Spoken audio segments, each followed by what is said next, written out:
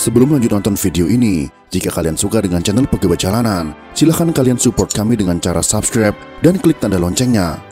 Silahkan gunakan headset Anda untuk mendapatkan kualitas suara yang jernih. Selamat menonton.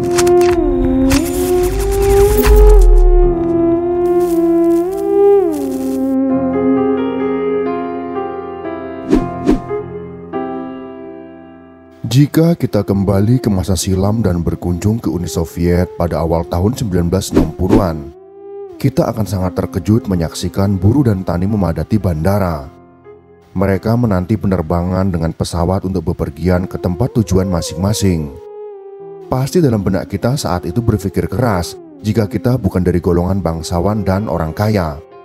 Karena memang pada masa-masa sebelum revolusi terjadi, bandara adalah sebagai institusi yang sangat burjois. Hanya orang-orang tertentu kelas atas yang enteng bepergian dengan pesawat. Begitu keluar dari pintu bandara, kita akan semakin tercengang saking banyaknya penjual buku di trotoar. Seorang ahli sejarah kulit hitam dari Guyana menuliskan, bahkan di Amerika orang bisa beli hotdog dan hamburger di trotoar, tapi tidak dengan buku. Catat Rudney, sebagaimana dikutip dalam Walter Rudney Speaks, The Making of an African Intellectual, tahun 1990. Bagi Rudney dan banyak intelektual dunia terjajah lainnya, Uni Soviet adalah panutan, sebuah antitesis untuk bangsa-bangsa Eropa lainnya yang telah mengobrak-abrik, memiskinkan, dan memperbudak Afrika. Seperti halnya spirit revolusi Prancis mendorong para budak Haiti untuk membebaskan diri dari pos-pos perkebunan kulit putih dan mendirikan republik pertama mereka pada tahun 1804 di luar Eropa dan Amerika.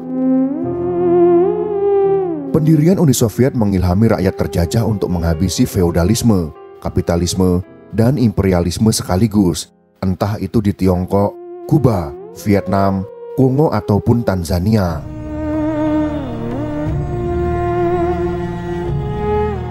Pada tanggal 7 November tahun 1917 atau tanggal 25 Oktober menurut kalender Rusia lama, revolusi Bolshevik pun mulai meletus.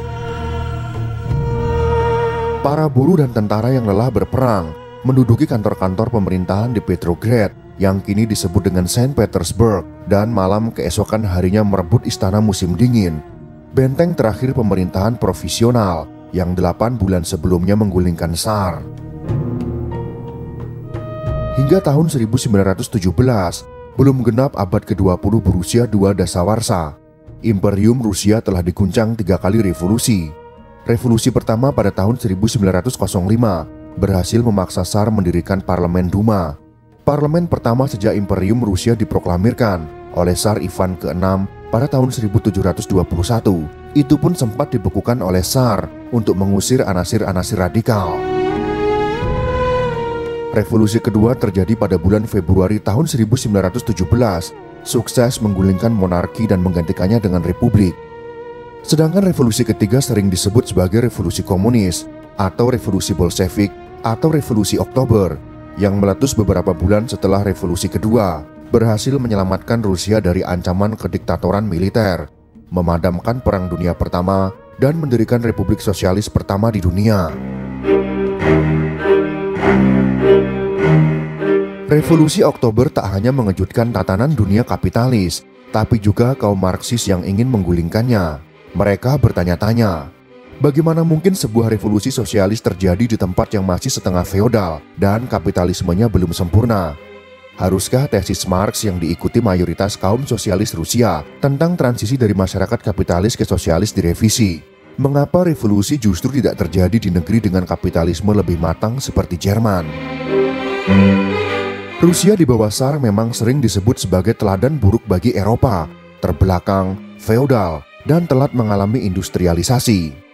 Praktik perhambaan yang mulai ditinggalkan sejak abad ke-14 di Eropa Barat masih bertahan di negeri beruang merah hingga tahun 1865. Industrialisasi baru efektif berjalan hampir 2 dekade kemudian, kalah 50 tahun dari Jerman dan Prancis, dan hampir 100 tahun dari Inggris.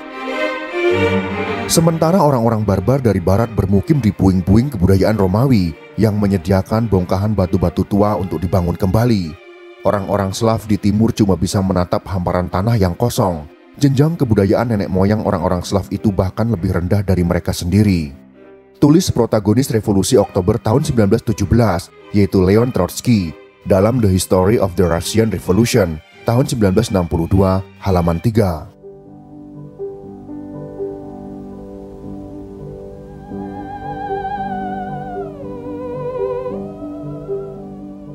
Tidak ada parlemen, tidak ada kelas kapitalis yang kuat, dan selama berabad-abad tak ada pangeran yang cukup mampu menentang sentralisasi kekuasaan di bawah Tsar di Moskow.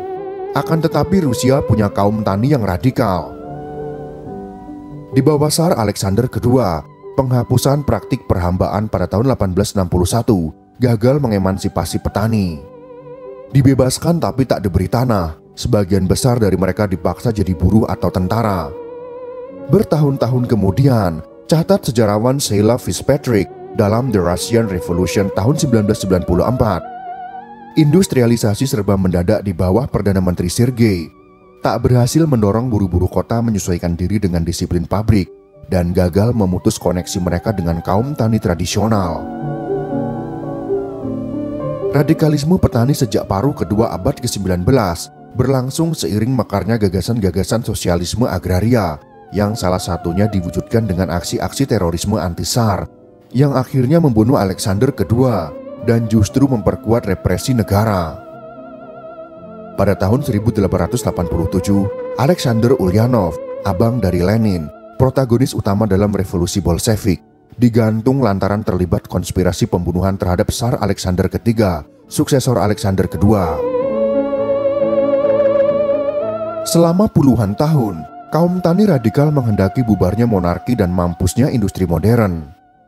Kelahiran Partai Buruh Sosial Demokrat Rusia pada tahun 1898 kelak terbelah jadi Menshevik dan Bolshevik, menggeser wacana populasi agraria sebagai ideologi dominan gerakan kiri Rusia dan menggantikan kaum tani dengan buruh sebagai agen revolusi. Bahkan lebih dari itu, faksi Bolshevik meyakini bahwa tahap revolusi borjuis yang diharapkan kaum Marxis ortodoks bakal mendatangkan demokrasi liberal mesti dilompati. Ini bisa terjadi lantaran kondisi objektif Rusia praktis mendudukan negara yang dibantu segelintir bisnis asing sebagai pemain utama dalam kapitalisme dengan birokrasi yang jauh dari efektif. Walhasil agenda penghancuran monarki, revolusi politik, modernisasi ekonomi, dan penghapusan masyarakat kelas terletak di pundak proletariat industri.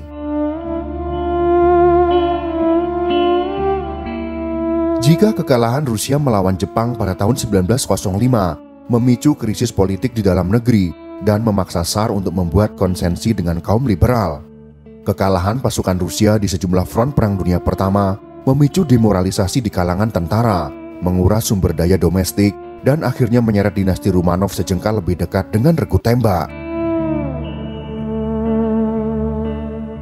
Revolusi Februari tahun 1917 atau Maret dalam kalender Rusia lawas meletus setelah serangkaian protes dan pemogokan buruh di Petrograd sejak minggu-minggu terakhir tahun 1916. Pada tanggal 23 Februari, para buruh perempuan dari pabrik-pabrik tekstil turun ke jalan memperingati Hari Perempuan Internasional. Hanya seminggu setelahnya, Tsar turun tahta dan digantikan oleh pemerintahan provisional yang sejak pertengahan tahun diisi kader-kader Partai Sosialis Revolusioner, pewaris gerakan populis agraria dari abad sebelumnya, dan kaum Menshevik. Selama beberapa bulan, meski sukses mengeluarkan sejumlah kebijakan progresif seperti penjaminan atas kebebasan pers, hak berserikat, dan hak pilih untuk perempuan, pemerintahan provisional yang menggulingkan Tsar terus ditekan oleh Soviet Petrograd atau Dewan Perwakilan Kota yang terdiri dari buruh dan tentara, lantaran gagal menghentikan perang dan memastikan kesediaan stok pangan. Di sisi lain, seperti dicatat oleh Sheila Fitzpatrick, 8 bulan penuh ketidakstabilan di bawah pemerintahan provisional justru memberikan kesempatan bagi Partai Bolshevik untuk berubah dari organisasi bawah tanah menjadi partai massa dengan anggota yang membengkak dari puluhan ribu menjadi ratusan ribu.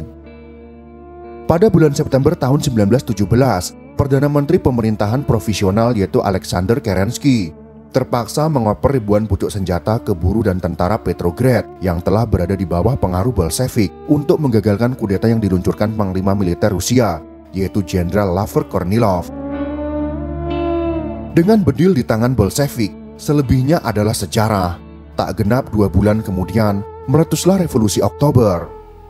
Namun tak lama setelah Rusia menekan Traktat Brest-Litovsk yang menandatangani penarikan mundur Rusia dari Perang Dunia Pertama, elemen-elemen kontra-revolusioner langsung berbaris untuk membabat Moskow.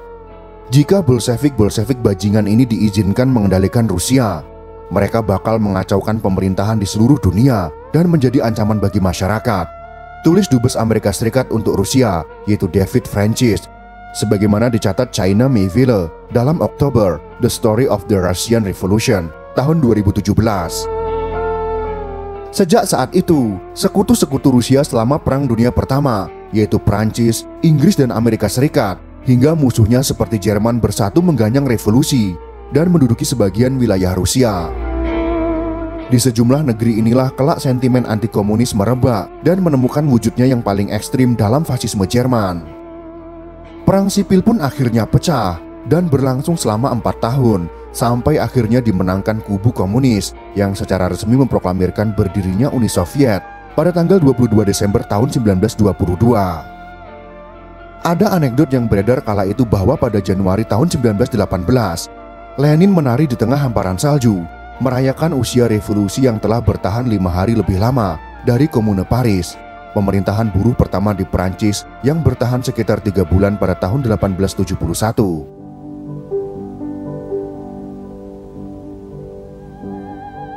Kekhawatiran Lenin akan tumpasnya revolusi berakhir seiring kemenangan Rusia di Perang Sipil pada tahun 1922. Namun nasib yang tak lebih baik dari Komune Paris rupanya benar-benar terjadi bagi gerakan-gerakan kiri radikal di seluruh dunia yang menggencarkan pemberontakan bersenjata setelah Revolusi Oktober. Sepanjang tahun 1918 hingga tahun 1920-an awal, Republik Merah diproklamasikan dari Bavaria di Jerman, Finlandia, Hungaria sampai dengan Iran. Mayoritas hanya bertahan seumur jagung akibat kurangnya persiapan, dihajar elemen-elemen militer sayap kanan, pengkhianatan kubu kiri moderat, atau kombinasi ketiganya. Dari pengalaman tragis itulah lahir pemahaman bahwa mustahil revolusi proletariat hanya berlangsung di satu negara. Ia harus diperjuangkan serempak di berbagai belahan dunia. Pada tahun 1920, Bolshevik menyelenggarakan Kongres Bangsa-Bangsa Timur di kota Baku, Azerbaijan. Dikenal sebagai Kongres Baku, pertemuan yang dihadiri wakil dari Persia, Turki, Asia Tengah, hingga negeri-negeri Arab itu menghasilkan keputusan krusial. Kaum komunis mendukung penuh kaum nasionalis radikal di negeri-negeri terjajah untuk merdeka dari belenggu tuan-tuan Eropa mereka. Pada kongres itu pula Partai Komunis Belanda menyerukan penghancuran kapitalisme Belanda dan menyatakan bergabungnya Sarekat Islam untuk perjuangan bersama melawan para penindas Belanda. Itulah sekelumit kisah tentang sejarah berdirinya Uni Soviet dengan bahan baku Kekaisaran Rusia. Semoga informasi sejarah ini bisa bermanfaat untuk kita semua. Jika kalian suka dengan video ini, silakan berikan jempol ke atas. Dan jika kalian menganggap video ini bermanfaat, maka bagikanlah untuk teman-teman Anda yang lain. Terima kasih sudah menonton.